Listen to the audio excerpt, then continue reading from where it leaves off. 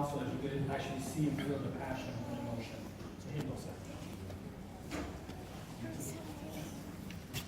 I'm kind of loud already as it is. I don't think I need these things. I'd also like the family, Mr. and Mrs. Dean, to come up with us if you'd like.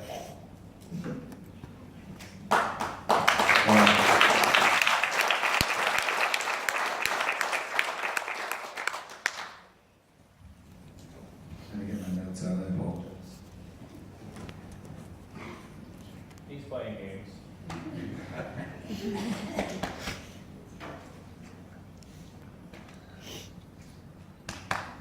Hello, man. Thank you. I'm sure a lot of you saw the link online for the story that Daniel wrote. I first want to say thank you to Daniel for amazing reporting and really putting his heart and soul in all of this. So I want to give a round of applause for Mr. Daniel.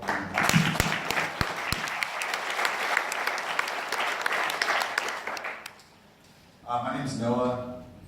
This is my best friend Clayton, and the gentleman that's outdressed everyone tonight. His name is Michael. On the evening of March 18th, all of us were coming back from the Anaheim Ducks hockey game, and it was about 11:30 at night. And in front of us, we witnessed a horrific car accident where a young man by the name of Denver Dean ended up losing his life the following morning. And before I go on, I'd like to take a moment of silence for Denver and for the Dean family.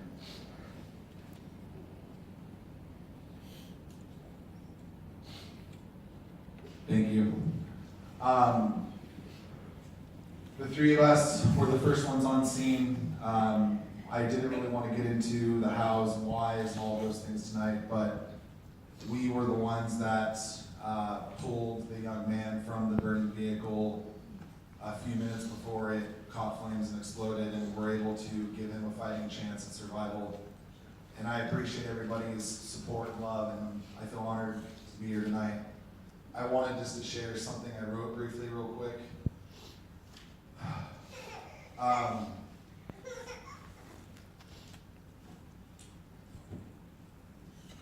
Shortly after the fateful evening, a friend and mentor of mine that I was speaking to said, "You never ask for these events in life to happen. You're never prepared. All you can do is pray that when they do happen, you have the strength to handle it and make the right choice." As a child, my parents did the best to make sure that they raised all four of us, my sisters and brother and I, to do the right thing and to help other people. Memories go back as far as for my dad buying breakfast for homeless, to my mom always being there for those in need. Whether they were sick, heartbroken, tired, hurt, whatever it was, they were always there for those that needed them. My parents have always made sure we understood that giving to other people and loving others is absolutely necessary, and that this principle should guide our lives, and we should always use our best judgment. That's one of the reasons I fell in love with my wife, because when push comes to shove, she's always there for those in need as well.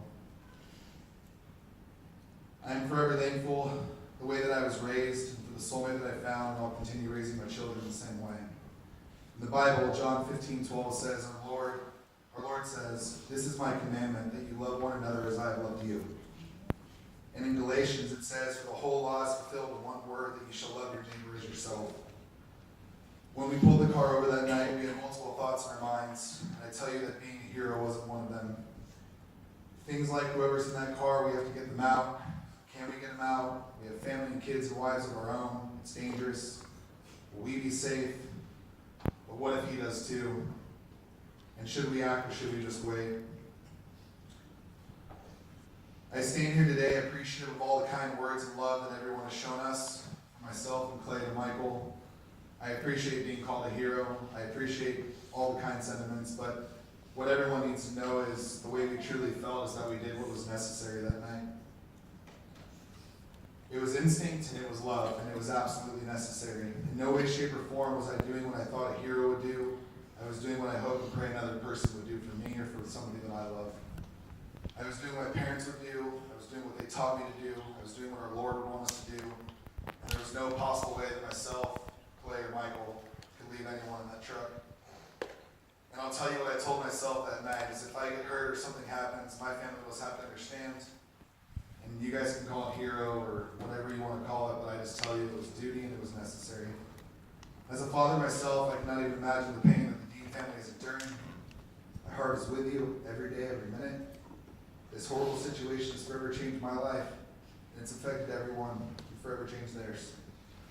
When people think about these events as time passes, or God forbid they endure any similar situations, my hope is that 3 specific thoughts resonate with everyone. Number 1, Denver Dean is an amazing young man. He has an amazing family. He will always be loved and never forgotten, and that should be primarily the first thing that comes to people's attention. Number 2, in Denver's honor, all of us should respect and care for our military, our fire, our police, our paramedics, our doctors, our nurses, because they handle these situations every day, and they deserve the ultimate recognition. If you were to ask me, they're the true heroes in my mind, and I'd like to give all of them a round of applause.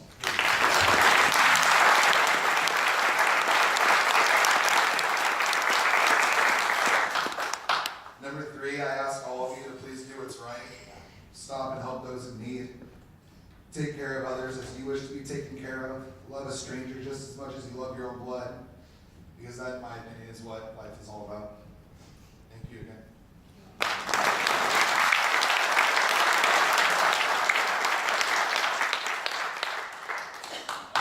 So earlier Noah kind of read me that and said, what are you going to talk about? Well, so many things left. What I really just wanted to say was, again, as much as we are appreciative of all the thanks really all deserve it to Mr. Dean and his son. If it wasn't for how he raised his son and the strength that he showed, even in those moments, we would not have been able to do what we did. That strength resonated through him into us, and it still does to this day, and it will forever with me. And for that, I am really the one who's thankful. Thank you.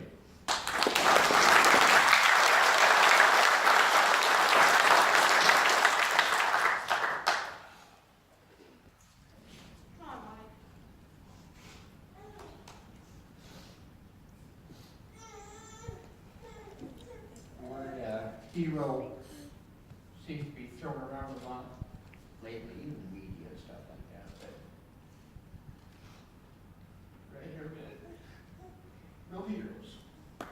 No heroes.